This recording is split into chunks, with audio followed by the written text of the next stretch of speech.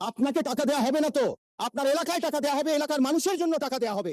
সেই জন্য আপনি ইন্টারিম গভর্নমেন্টে যেভাবে যেভাবে পেয়েছেন, আমরা অনেক কিছু শুনি, অ্যালিগেশনে আদান প্রদানে অনেক কিছু বলা যায়। আমি আপনাদের কাছে বিনীতভাবে অনুরোধ করব, এখন সরকারের যেই গোয়েন্দা সংস্থাগুলো আপনাদের নিয়ন্ত্রণে, ডিজিএফআই, এনএসআই, পুলিশ, তারপর হচ্ছে মিলিটারি, সবাই আপনাদের নিয়ন্ত্রণে। আমি আপনাদেরকে অনুরোধ করবো, আপনাদের মতো দায়িত্বশীল জায়গা থেকে এলিগেশনের টোনে এলিগেশন না দিয়ে আপনারা তদন্ত করে যদি 1 টাকার দুর্নীতি, 1 টাকার কোনো ধরনের অসৎ উপায়ের কোনো ধরনের আপনারা প্রমাণ করতে পারেন, আমি এই সংসদ থেকে আমরা ইস্তফা দিব। আবুল হাসাদ আব্দুল্লাহর একটি প্রসঙ্গ, যে আলাপটি তিনি করেছেন, সেটি হলো বাজেটে এবার তাকে আটকে দেওয়া হবে কিনা। আপনাকে টাকা দেওয়া হবে না তো, আপনার এলাকায় টাকা দেওয়া হবে, এলাকার মানুষের জন্য টাকা দেওয়া হবে।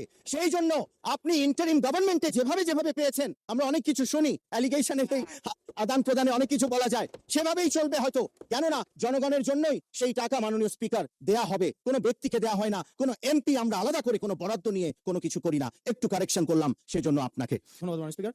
বিধি 274 অনুযায়ী মাননীয় স্পিকার, ব্যক্তিগত কৈফিয়ত যেহেতু আমার নাম ধরে বলা হয়েছে, আমি আমার বক্তব্যের কোথাও আমি এই শব্দ উচ্চারণ করিনি বা এই বাক্য বলিনি যে আমাকে যেন বরাদ্দ বঞ্চিত না করা হয়। আমি সেটি বলেছি যে আমার এলাকার মানুষকে যেন কোনোভাবে আমার বক্তব্যের কারণে আমার এলাকার মানুষকে যেন বঞ্চিত না করা হয়। 1 নম্বর বিষয়।